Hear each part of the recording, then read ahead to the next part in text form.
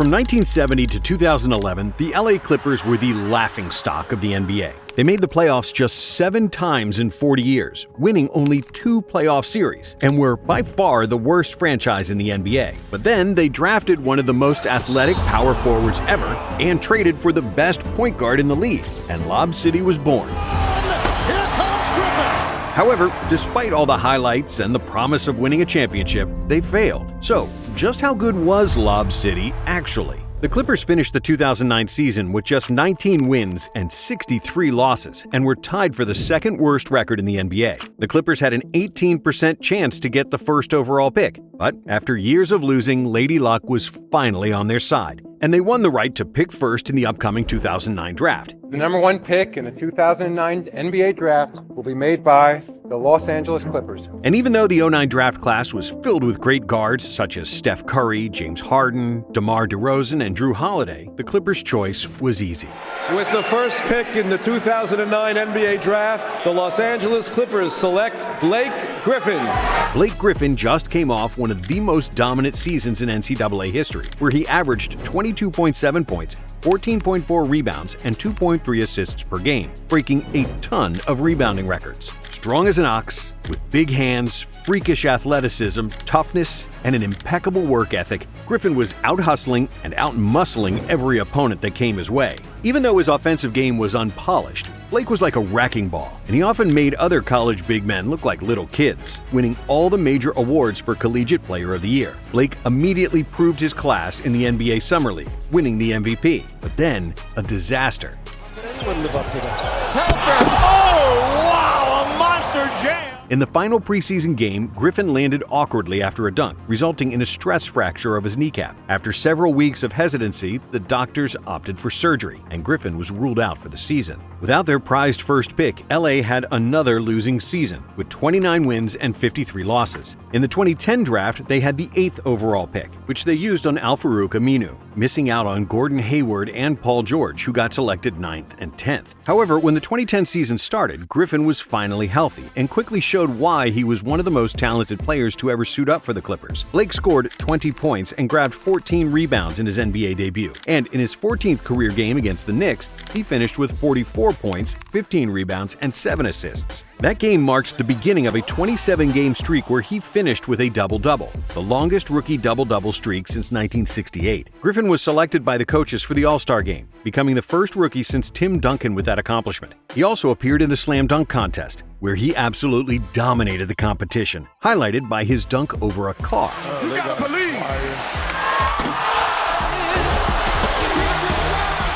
Blake appeared in all 82 games, averaging 22 points, 12 rebounds, and 4 assists, becoming the first rookie to average at least 20 points and 10 rebounds since Elton Brand did it in 2000. Griffin was voted Rookie of the Month in all 6 months of the regular season, and he became just the 3rd player in NBA history to be voted Rookie of the Year unanimously. However, despite all the accolades, the Clippers barely improved, finishing with the 3rd worst record in the conference. But then, in the offseason, after the NBA commissioner famously vetoed Chris Paul's trade to the Lakers, CP3 still ended up in Los Angeles, but with the Clippers. The less successful LA team gave up Eric Gordon, Chris Kaman, Al-Farouq Aminu, and a first-round pick for Paul, which was a worse deal for New Orleans than what the Lakers offered. But still, Chris Paul became a Clipper. And this changed everything. On top of being a point god and an uber-efficient pick-and-roll savant who could find teammates with his eyes closed, CP3 was also the best defensive point guard in the NBA, who led the league in steals 3 times during his 6-year stint with New Orleans. When the 2012 season started, Paul led the Clippers' fast-paced offense, and because he had high-flying finishers at the rim, he often threw spectacular alley-oop dunks to Griffin or DeAndre Jordan, which quickly earned the Clippers a new nickname, Lob City. Both CP and Blake were named to the All-Star team and All-NBA teams, becoming the first Clipper players to be named All-NBA since the franchise moved to Los Angeles in 1984. The Clippers made the playoffs, which was only their 2nd playoff appearance in 15 years, where Paul and Griffin led the team to victory over the hard-nosed, grit-and-grind Memphis Grizzlies. It was just the 3rd series win in franchise history, but immediately in the second round, LA was brought down to earth as they got swept by the Spurs. The season was still viewed as a success, considering the long playoff drought, the fact that the team was newly assembled, and the youth of Blake and Jordan. However, for the 2013 season, the expectations grew. and the Clippers looked the part. They won a franchise record 56 games, which was the first time they ever surpassed 50 wins in a season, with CP and Blake leading the charge, alongside proven vets like Chauncey Billups, Matt Barnes, Caron Butler, and Jamal Crawford. Paul led the NBA in steals and finished fourth in the MVP voting, making first-team All-NBA and All-Defense, while Blake made the All-NBA second team. And the playoffs started well for LA. They won the first 2 games at home against Memphis, and everybody believed they would defeat the Grizzlies again. But then, a collapse. Due to a lack of shooting on the team, especially from Blake, who couldn't buy a bucket outside the paint, the Clippers struggled to score, losing 4 consecutive games, and their season was over. Because of poor rotations, lack of tactical adjustments, and questionable in-game decisions, the Clippers fired coach Vinny Del Negro, who was probably the worst coach in the NBA at the time. And in his place came Doc Rivers, an NBA champion with the 2008 Celtics, who immediately brought improvement. DeAndre Jordan started playing more minutes, which solidified the team's defense and rebounding, and Blake started shooting more jump shots, becoming a pick-and-pop threat. J.J. Redick was the biggest player addition to help the Clippers spread the floor, and now LA looked like a serious contender. They improved their franchise record to 57 wins and had the best offensive rating in the NBA. Blake and DJ destroyed rims across the league, catching lob passes from CP3, and their big three looked like the best trio in the NBA, outside of LeBron, Wade, and Bosh in Miami. Griffin was third in MVP voting, while CP was seventh. Paul led the NBA in steals and assists, and DeAndre Jordan was the league leader in rebounds, finishing third in the Defensive Player of the Year voting. On top of everything, Jamal Crawford also won the 6th Man of the Year award, and the Clippers seemed like they were finally out of the Lakers' shadow. But amid their most successful season in franchise history, there was also a massive scandal, which had nothing to do with basketball. On April 25, 2014, TMZ Sports released a recording of a conversation between Sterling and his mistress, Vanessa Stiviano, where Sterling was saying that he didn't want Stiviano to bring black people to Clippers games. What exactly did Donald Sterling say? I don't want my woman around black basketball players. Me neither! After his comments went public, the NBA banned Sterling for life, giving him a $2.5 million fine and forcing him to sell the team. I am banning Mr. Sterling for life from any association with the Clippers organization or the NBA. And despite all the turmoil and controversy surrounding their team, during which the Clippers players considered boycotting Game 4 of the first round against the Warriors, they decided to play, even though they lost the game in a blowout. However, behind 23 points and 6 rebounds on average from Blake and 17 points and 9 assists from CP, the Clippers eventually defeated Steph Curry and the Warriors in 7 games. The fake handoff and the drive and the collision and the two! What a play!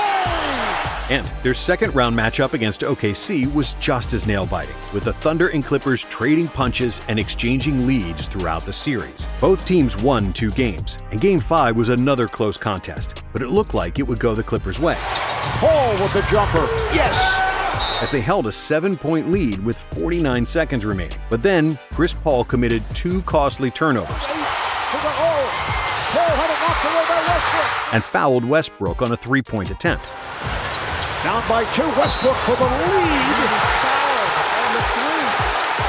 The Thunder escaped with a 105-104 victory in what was the biggest meltdown of CP3's career. It's me. Everything that happened at the end is on me. The Clippers had their chances in Game 6, but once again they lost their cool in the clutch, and the Thunder advanced. However, despite failing to make the conference finals for the 3rd consecutive season, the Clippers' main players were still young and in their prime. Paul and J.J. Redick were 29, DJ was 26, and Blake was just 25 years old. Barnes and Jamal Crawford were 34, but they were still very capable, and the Clippers believed that with continuity and a bit of luck, they could finally go all the way. For the 2015 season, Griffin further improved his shooting and all-around game. When he first came to the NBA, Blake was a brute finisher, and his main strengths were agility, explosiveness, and a soft touch around the basket. As a rookie, Blake shot just 25% on his attempts outside the paint, but in the 2015 season, this number improved to 48%. Even though his jumper was robotic and slow as hell, Griffin shot 40% on his mid-range attempts. He wasn't a mid-range assassin like Chris Paul or KD, but he was good enough to keep the defenses honest and force them them to close out on him, which then opened his driving lanes and created passing opportunities that weren't there when he was a rookie. In 2015, Blake averaged a career-high 5.3 assists per game. His free throw percentage rose to a very respectable 73%, and the Clippers got another shot creator outside of Chris Paul. CP3 still led the NBA in assists that season, but Griffin's improvement allowed him to spend more time off the ball, resulting in a career-high efficiency, as Paul was very close to shooting 50-40-90 for the season.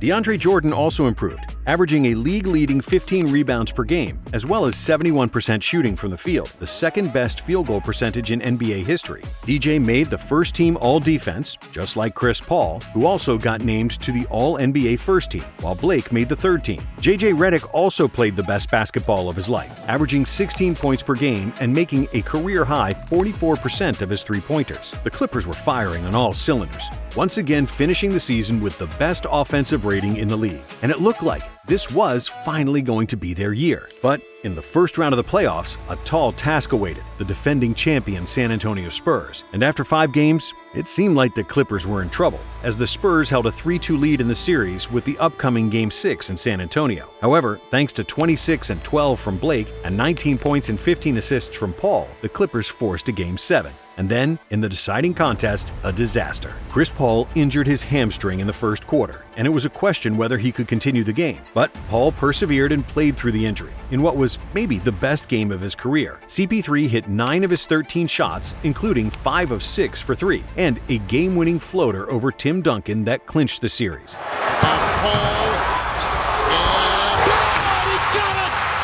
Blake was excellent too, with a 24-point triple-double, and it seemed like the Clippers had finally matured and had a championship mentality. In the second round, LA took a 3-1 lead against the Rockets, winning Game 3 by 25 and Game 4 by 33 points. However, in Game 5, the Rockets outclassed the Clippers, winning by 21 points. But in Game 6, the Clippers bounced back at home, holding a 19-point lead in the third quarter and a 12-point lead with 8 minutes to go. It looked like the Clippers would finally advance to the first conference finals in franchise history, and everybody was already getting their popcorn ready for the clash between the Clippers and the Warriors. But then, a complete meltdown, and one of the biggest choke jobs in NBA history. With James Harden on the bench, the Rockets outscored the Clippers 40-15 in the fourth quarter, led by a combined 29 points from Corey Brewer and Josh Smith, 2 players who came off the bench. The Clippers shot an abysmal 4 for 22 in the fourth, with just 5 rebounds and 1 assist, and it seems like they never recovered from that fiasco. In Game 7, the Rockets led the entire game, and once again, the Clippers went down in flames. And the Houston Rockets,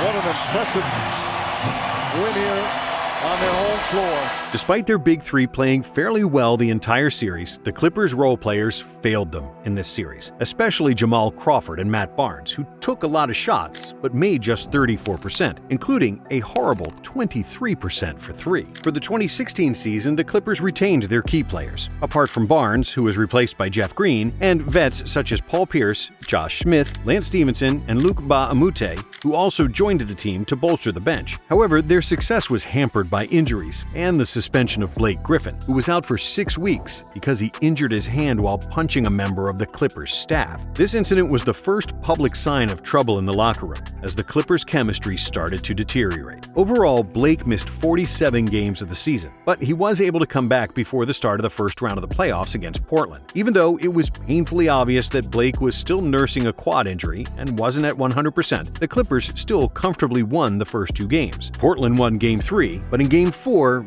the Clippers' season was over, even though they were still playing, because in the same game, Chris Paul broke his hand and Blake tore his unrecovered quad. Without their 2 best players, the writing was on the wall, and another season went down the drain. For the 2017 season, the Clippers didn't make any notable additions, keeping the same core players together for a 5th straight season. But as the league moved towards the pace and space era, the Clippers still played old-school basketball with 2 traditional big men, and it seemed like their championship window had closed. But despite Blake and CP each missing 21 games of the season, the Clippers still won 51 games, surpassing the 50-win threshold for the 5th season in a row. In the playoffs against Utah, LA narrowly lost Game 1, but bounced back to win Games 2 and 3. However, that second win came at a hefty price, as Blake Griffin went down with a toe injury and was ruled out for the remainder of the playoffs. Without Blake, LA managed to win one more game, but they lost the series and got knocked out of the playoffs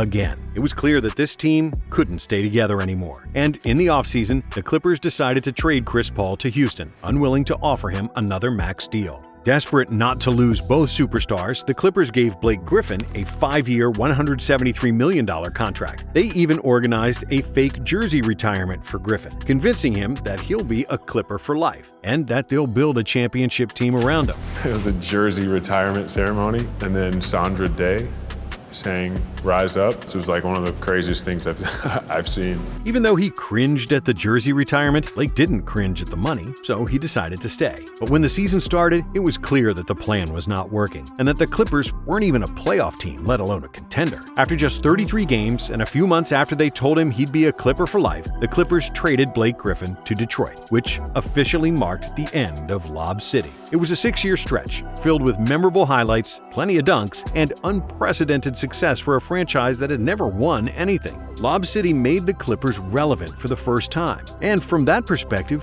it can be viewed as a success. But when you have 2 perennial All-NBA players on your team, a rebounding machine, and arguably the best 6th man in NBA history, and you don't even reach the conference finals, then it's a gigantic failure. Their realistic chance of championship came in 2014 and 2015, when the team was healthy, in their prime, and had good chemistry. But thanks to Chris Paul's meltdown against the Thunder and the total abomination that unfolded against the Rockets, the Lob City Clippers never fulfilled their high-flying expectations. Thank you for watching. And if you like this video, subscribe to Nonstop and check out some more of our content.